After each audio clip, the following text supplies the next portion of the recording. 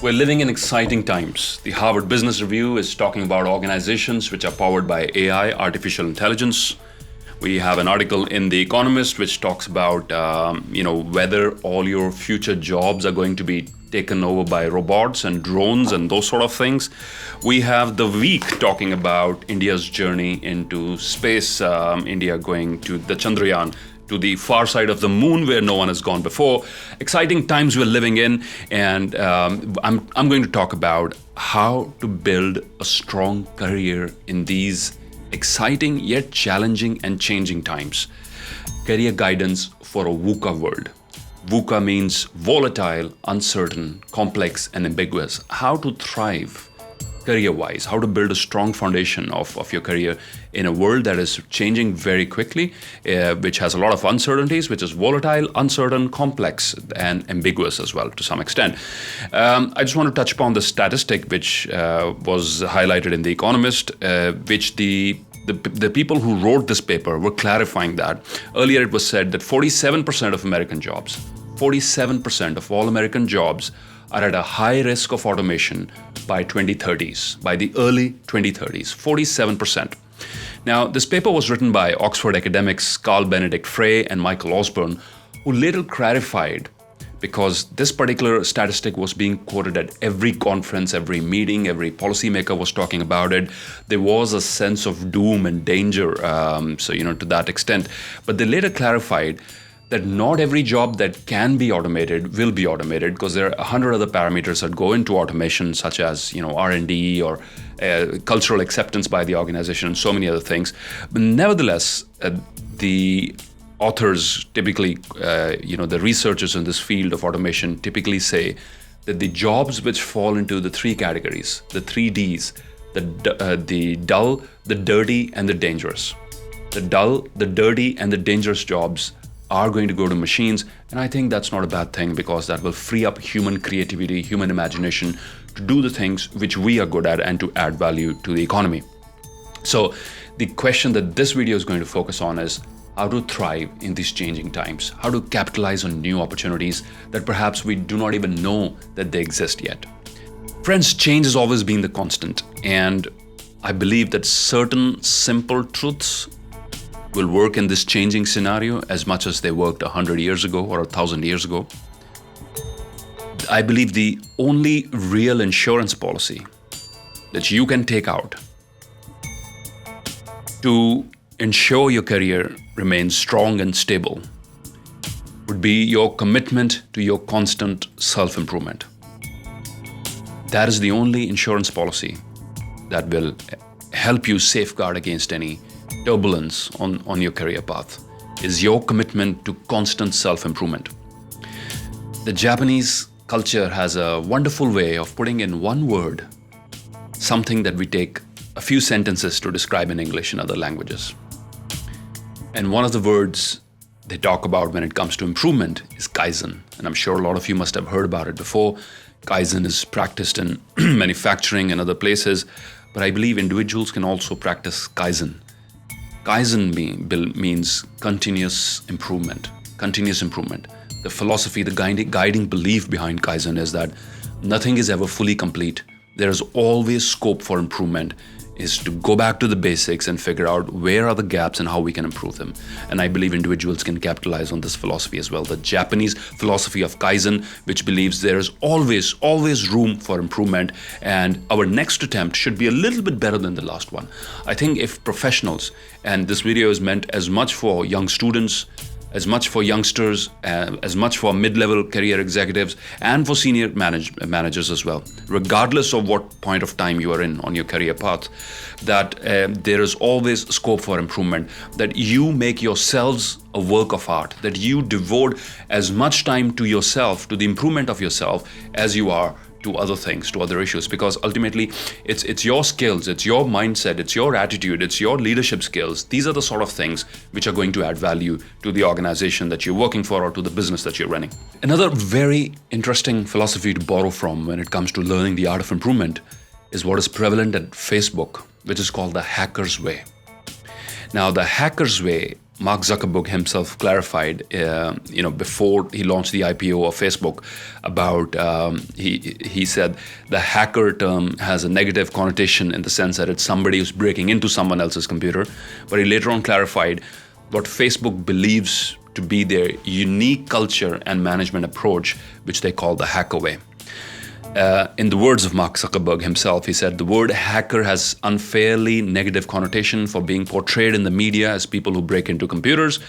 In reality, what their interpretation of hacking is, hacking just means building something quickly, building something new very quickly, and testing the boundaries of what can be done. Here's how Facebook defines, in the words of Mark Zuckerberg, this is coming from a letter he wrote to his investors before the IPO was launched, of what they mean by the hacker way. The hacker way is an approach to building that involves continuous improvement. You see how things are interrelated from different parts of the world. These are philosophies that are driving billion-dollar corporations and successful individuals. We may give them different names, but when they all boil down to the same thing, the hacker way is an approach to building that involves continuous improvement and iteration. Hackers believe that something can always be better. I think this is worth repeating. Hackers, not the one who break into your computers. Hackers believe that something can always be better. Exactly what Kaizen says, there's always scope for improvement, and nothing is ever complete. So, from this philosophy, the hackers' way of working, they're saying that nothing is ever complete, which brings me to a certain approach that I believe in and I follow very frequently, called work in progress. It's like we all should have a little tag here that goes alongside our company tags and our name tags, which says WIP, work in progress, which means I'm not afraid, I'm not ashamed, I'm not embarrassed of being a work in progress. There are things I'm working on. I'm not perfect, I'm not a robot, I'm not done with the work that needs to be done with my self-improvement. I'm a work in progress, I'm learning, I'm continuously challenging myself, I'm making mistakes, I'm not repeating the same mistakes, and I'm trying to learn from my mistakes so that, I get some valuable lessons out of them. In this whole journey of self-improvement and building a solid career, one quotation from Professor Dan Gilbert, who's a professor of psychology at Harvard University, also the author of this best-selling book called Stumbling on Happiness. It stands out again and again and serves as a beautiful reminder. Professor Gilbert writes, human beings are works in progress who mistakenly believe that they are finished. Human beings are works in progress who mistakenly believe that they're finished. I think we are never done completing the most important project of our lives, and that is ourselves. That we are constantly a work in progress. And I believe the same thing is coming from Professor Carol Dweck's growth mindset. Growth mindset versus fixed mindset. Growth mindset people are open to new challenges. They don't run away from things that they don't know. They approach things with the curiosity of a child, and the magic trigger for them is, let me find out. Let me find out. I don't know the answer yet, but let me find out. So in my attempt to assist you in building a top-notch career in these changing times in a VUCA world, the one thing that I would lay emphasis on is upskilling, is to constantly improve your skills of what you can do. If you're a young student watching this, please understand, you versus if you have basic IT skills, if you know how to operate Microsoft Excel, PowerPoint, a simple word processor, simple sort of things, you are many steps ahead of someone who doesn't know it. And then if you are at par with someone who also knows how to use computers, let's say a little edge, even if 1% you're better than someone else, in the sense that as far as your skills are concerned, if you know how to use a computer with basic IT skills, and there's someone else who also knows how to use a computer with basic IT skills, but you know 20 keyboard shortcuts, simple keyboard shortcuts, which make your work fast and efficient, you are putting yourselves in a position on a fast track as compared to the other person. So when I mean by upskilling, it's by you finding out these gaps that might exist, finding out how you can add more value, how you can Be satisfied in the process, how you can learn things which others don't know. In this knowledge economy, my friends, please listen, this is really important. In this knowledge economy, if you know things that others don't know, then you're in a position where you'll be in high demand. If you know things that others don't know, you're putting yourself in a position where you're going to be in a high demand. High demand will result in higher wages for you. It's the simple law of market economics. In a market economy, right, if you have a higher supply, the rates go down. But in a market economy, if the supply is less and the demand is more, the prices certainly go up. And I think this simple thing is something for you to hold on to if you want to thrive on your career path. My own story, my friends, which I have talked about in detail in one of my TEDx talks, and I suggest you should watch it if you're interested in your career improvement. It's titled The Art of Stepping into the Unknown. And I've shared my story in detail, but I will touch upon, as you can see in this image right now, the major turning points of my career were as dangerous, as exciting as jumping out of an airplane at 14,000 feet. They were no less. I can describe them in 15, 20 different sentences, all these different jumps that I took at various points in my career transition. But in Punjabi, we have just a one-word expression. It's called hain. And the expression hain means you've just announced something that is so radically different, that is so crazy, that people have their mouths open and their eyebrows raised high. And technically at every step in my career, the decisions that I took were so unconventional that I had people around me giving this one-word expression, which was hain. Right from my choice of subjects as I moved into college, the commerce story, how I became a student of commerce, not of engineering, not of medicine, but of commerce. That was the first hain moment in my family. Moving into hotel management after that, another completely unrelated field. That was another hain moment. Graduating from hotel management and not working for a hotel, but working for in one of India's first BPOs called Jekis at that point of time. That was another raised eyebrows moment. Spending 8 years in 5 different countries, working for different hotel chains, and in 2007, relocating back to India to be an entrepreneur, to be a solopreneur, and to be a motivational speaker. That was another raised eyebrows moment. And to live in Jalandhar in Punjab and not having moved to a metro city in the country, that was another raised eyebrows moment. So that's been the journey of my career so far, and I'm sure there's more moments coming when eyebrows will be raised. But I do want to share with you here, there is something even more riskier than skydiving. I mean, as far as the statistics go, skydiving is pretty safe, right? But there is something more riskier than skydiving, and that is leaving a well-established career path, something that you've studied about, you have done your internship in that, you've worked for many years, you've sort of mastered that thing now, and suddenly you discover that your calling lies somewhere else, and you develop the courage to let go of that safety net and jump into the unknown, which was 2007 for me, where I started all over again. Schools, colleges, universities, villages, cities, everywhere that I could go to launch my new mission as a motivational speaker, a mindset coach. That goes back into 2007. And God has been very, very kind over this journey over the last 12 years.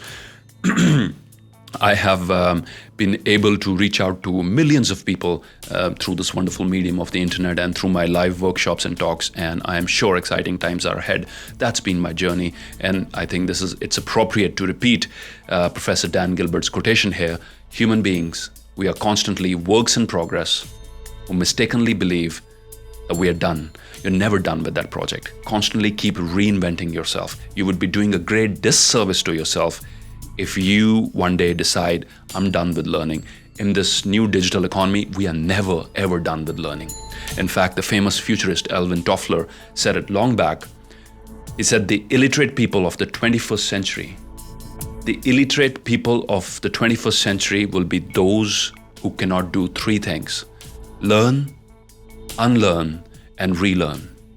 The illiterate of this century, my friends, will be folks who cannot learn new skills, Fine if artificial intelligence, big data, analytics, and all that stuff is coming in, machine learning is coming in. I'm sure there's courses I can attend. I'm sure there's workshops that I can be a part of. I'm sure there's mentors I could look for to acquire the skills to succeed at these new technologies. You see, we should not be threatened by change. And the thing here is, we cannot predict how a new invention is going to affect humanity.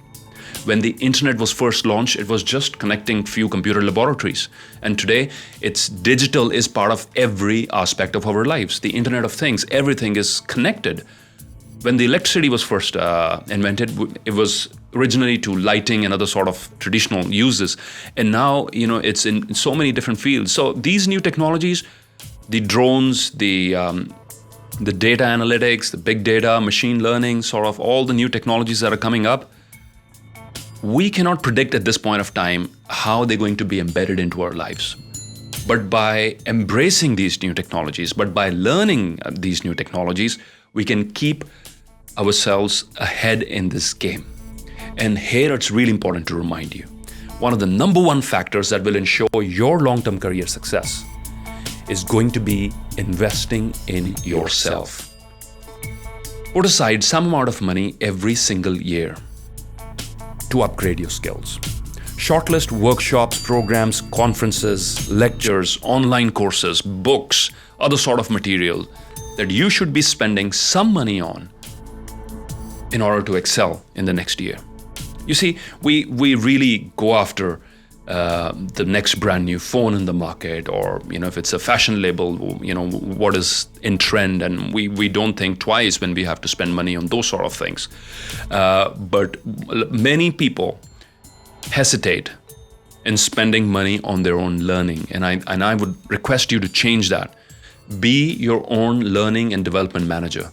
Every major corporation has a learning and development center wherein the corporation decides what the employees should be learning. But I think we should also be deciding what are the sort of skills I need for the future, and set apart some money for that. And that's going to be an investment that will pay itself many times over